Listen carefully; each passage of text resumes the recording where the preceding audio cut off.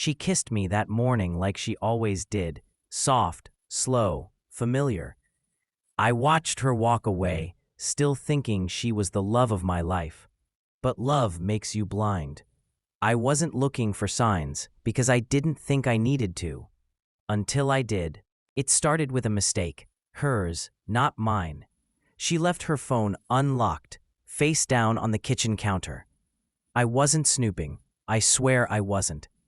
The screen lit up with a name I didn't recognize, and a message I'll never forget. "When are you leaving him?" My stomach turned, but I didn't say a word. That was the moment everything broke. Quietly, invisibly, I could have confronted her right then. Screamed, cried, demanded answers, but something colder crept in. I smiled when she got back. I said nothing, just observed. I needed to know how deep the rot went. I started noticing the late nights, the sudden interest in expensive things we couldn't afford. She used to dream with me. Now she wanted things. Bags, shoes, vacations. She said she was doing side work, freelancing. But I knew better, and instead of rage, I chose patience. She thought she was clever. She had no idea who she was playing. I built a folder on my laptop. Screenshots, bank statements, GPS logs from the tracker I put in her car. Every lie cataloged. Every secret saved. I even found his name, Greg. Older, rich, divorced. He wasn't in love with her. She was just a toy, temporary, disposable. And yet she looked at me every day like I was the fool. Like I didn't see it. But I did. I saw everything. And still, I smiled, kissed her, held her, played the loyal partner while documenting her betrayal. I wasn't just going to leave. I was going to make her wish I had. She started slipping, lies overlapping, stories contradicting. I'd ask questions I already knew the answers to. Watching her squirm became my quiet revenge. She thought I was stupid. That was her first mistake. The second was underestimating what silence could do. I began talking to her friends, casually, dropping hints, suggesting things I knew would make their way back to her. Planting seeds of doubt. She started getting paranoid, distracted, anxious. That's when I knew. The cracks were forming. I just had to wait. I leaked the first piece of evidence anonymously. A photo of her and Greg at a resort she told me was a work trip.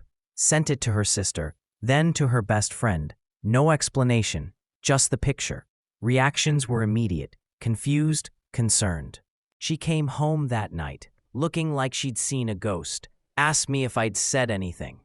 I shook my head, told her I loved her. She cried in the shower. I listened from the hallway. It wasn't guilt, it was fear. She felt the noose tightening, and I was the one pulling it. She started losing control.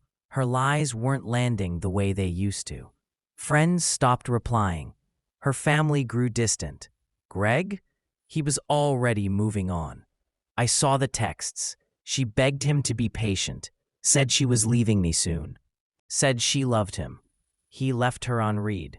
She broke a glass that night, said work was stressing her out. I comforted her, held her while she shook. She had no idea I was behind the storm, swallowing her life. And I wasn't even close to done. I reported her fake business to the IRS, anonymously, claimed tax fraud, attached all the fake invoices she created. It wasn't even hard. She used my laptop once, left everything behind, sloppy, desperate. I made sure the audit hit right before her birthday. She canceled the party she planned for weeks, said she wasn't feeling well. No one cared. No one came. I watched her cry alone in the kitchen. A single candle melting on a cake no one touched. Karma didn't need fire. Sometimes it just needed silence. Her job noticed. She used company time to message Greg, sent private documents from her work email. I printed everything, sent it in an unmarked envelope to HR. 2 weeks later, she got a warning. Her promotion vanished. She came home dead-eyed. Said nothing. Just laid in bed. I laid beside her, scrolling through my phone like everything was normal. Her world was unraveling, thread by thread, and all I had to do was let gravity do the rest. She tried to reconnect with old friends, the ones she ditched when Greg showed up. But people remember betrayal. Her messages were left unread. Some blocked her.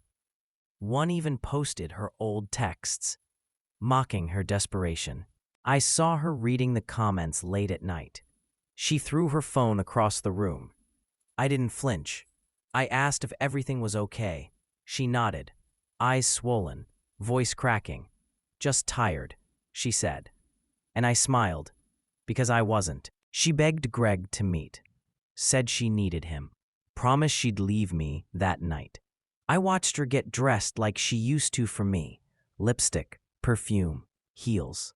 But she came back home 2 hours later, soaked in rain, mascara running. He didn't show. Blocked her. Ghosted her.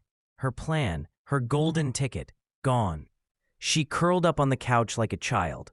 I sat beside her, handed her a blanket. She thanked me, called me the only one who ever stays. And I almost laughed. She tried to rebuild. Started an online fundraiser claiming she was a victim of abuse.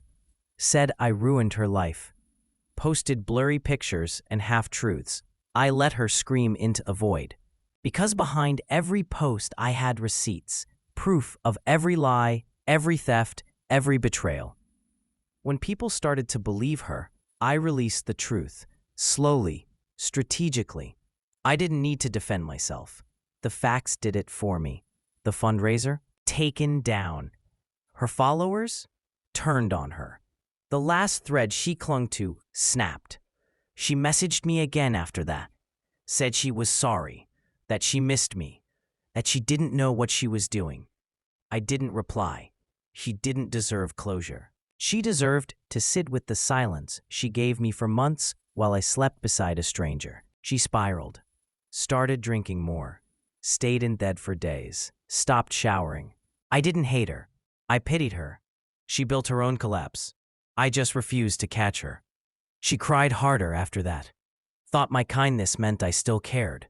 But kindness isn't always love. Sometimes it's indifference, wrapped in familiarity. One night, she tried to seduce me. Said we should start over. Said people make mistakes. She wore the perfume I used to love. Touched me like nothing had happened. But it didn't work. I stepped back, looked her in the eyes, and told her she didn't get to rewrite the story. Not this time. She screamed at me, called me cold, heartless, said I ruined her. I just stood there. I didn't flinch.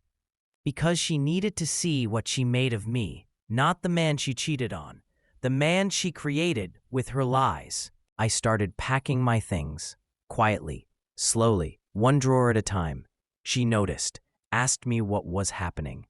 I told her I was leaving, but not yet. I wanted her to feel it, the waiting, the dread, the countdown. She panicked, begged me to stay, said she'd change, said she'd go to therapy, but some things break beyond repair. I didn't need her to be better. I needed her to understand, to sit with the same silence she gave me when she whispered lies in another man's ear.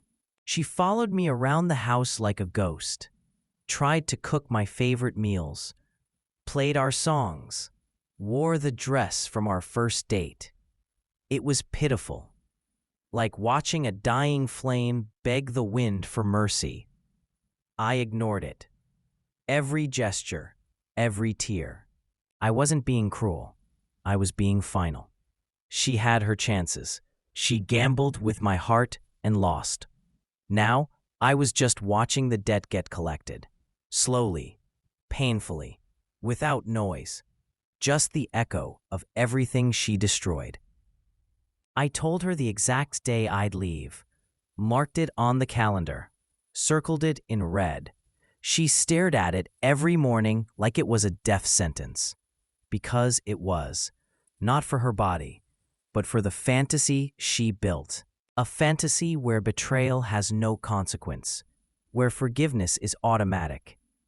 I made coffee that morning, set the mug in front of her like I always did. She cried into it. I didn't stop her. I just watched the days shrink, like petals falling from a dying rose. The night before I left, she tried one last time, wrote me a letter, 8 pages of apologies, excuses, confessions, said she was lost, said I was her compass. But compasses don't work when the user chooses to walk off a cliff. I read every word, folded it neatly, set it on the table without a single note in return. She watched me from the hallway, hoping, praying. But hope doesn't grow in the soil of betrayal. It withers. And all that was left was dust. I left before sunrise, didn't wake her, didn't leave a note. I walked out the door with my bag and my peace. The air tasted different, like freedom, like justice. I didn't look back, not once. I didn't need to. She would wake up to the silence she gave me. An empty house, an empty life, and all the echoes of what she lost, not because I left, but because she lied. She chose it.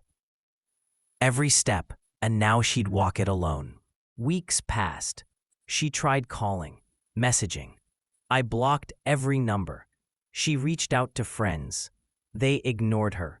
She even showed up at my new place once.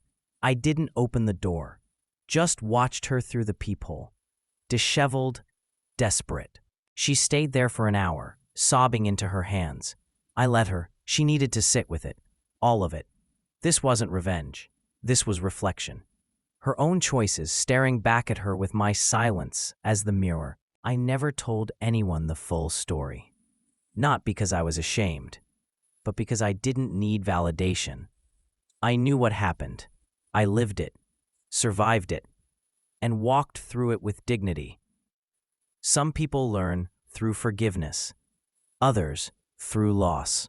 She learned the hard way that love isn't unconditional, that betrayal has a price, and that sometimes the quietest revenge is just moving on, without a word, without regret, without ever letting them forget the silence they thought would protect them.